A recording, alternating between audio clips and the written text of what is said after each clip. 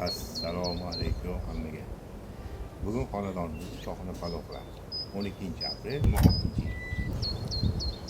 Ana asaluli tayyor. Xudo xolasa asaluli 1 kilo un bordi. 3,5 kilo go'sht, 3,5 kilo sabzi, 3 ta piyoz, guruch. 3 yillik guruch bu. 3 yil, yani ovozini eshitibsizlar. Mana qaraylik, maydalamaymiz, qotib ketgan guruch. 3 yillik guruchlar juda ham mazali bo'ladi. Buni qaraylik, dona o'siz. Ziramiz bor, zira solamiz, tuz solamiz. Oldin bilan biza bunlarni bandizza qilamiz. Bandizza katta bo'ladi. Xudo xolasa mana qo'lingizda kesishni boshlaymiz. Bismillah. Non jizza qilishni boshladi u. Mana non jizza mana shunaqa yirik bo'ladi.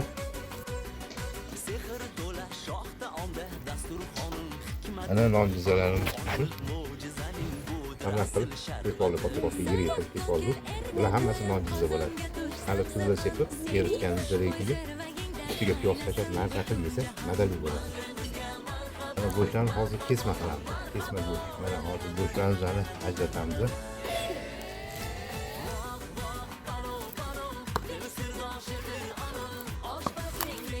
Go'shtlarni ajratdik. Keyin ajratamiz. To'g'ramchi osh bu choxona palovda to'g'ramchi bo'ladi. Xudo xolasa. To'g'ramchiga mana mana kesamiz. Yiri-yiriroq qilib, sel go'sht bo'lsin uchun. Go'shtlarni boricha yiriroq to'g'rash kerak. Oshda qo'rgan sari kichkina o'kitaga kichkina kesasiz, yiri kesasiz, chiroyli bo'lib chiqadi pishib. Xudo xolasa yumshoq bo'lib, choxona palov zarbali osh bo'ladi, mazza qilib. Sabzi to'g'raldi. Piyoz tayyor. Dumbalarimizni to'g'radi u. Mana go'shtlarni mana yumshoq joyidan qo'yib, sonidan yumshoq joy tez pishadi. Shunday mazali bo'ladi. Xudo xolasa mana pishgan payti madordan ko'p yesa, tanaga mador bo'ladi. Shuning uchun mador deymiz. Mana xudo xolasa uyda chiroyli pishirdi. Ichida go'shtlari mazali bo'lgandir. Bismillah. Mazali konta. Qavat bo'lib pishgan. Mana non jizzarimizdan solamiz. Dumbalarimizni 1 kilo dumbalarni solamiz.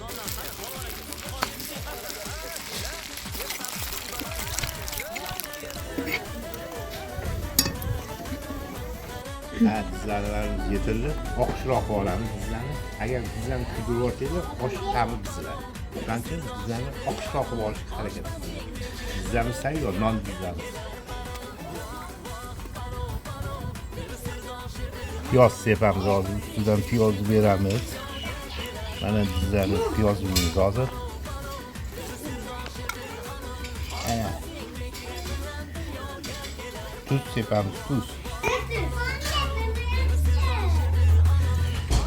Ya dizlar, non dizlarimiz tayyor. Qani kelinglar, navalar.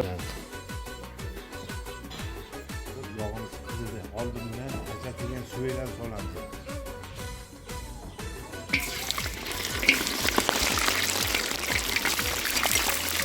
Ana suvlar solib, qizartirib, suvni chiqarib olib, keyin piyoz solamiz. Bu choxona palov bo'ladi.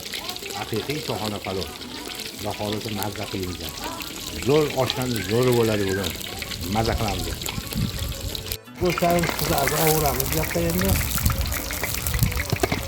piyoz solamiz. Mana piyozlarimiz zalatiy rang bo'ldi. Mana endi go'sht sotib bo'ladi.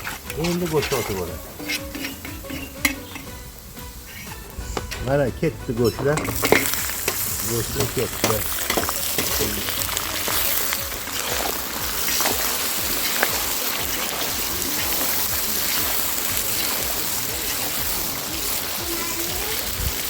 Hozir qo'g'ramda go'sht piyozni yeb qo'yish kerak. Yo'q bo'lib ketguncha qo'g'ramiz, ana osh mazali bo'ladi. Go'sht qo'g'ramiz, piyoz yo'q ketadi, avtomatik. Piyozni go'sht yeb qo'ydik hisoblanadi. Qolmadi piyoz. Endi qizil sabzilarimizdan solamiz.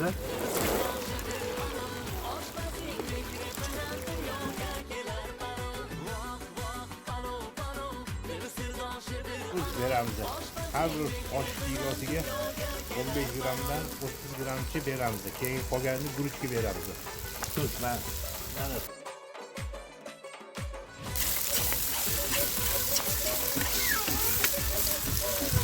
Qizartirib qovurib oldik. Piyozlarni ham, go'shtlarni ham, sabzini ham zira beramiz.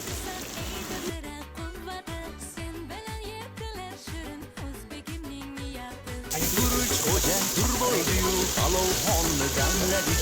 Choy isi yog'ni guzar umrga jamladik.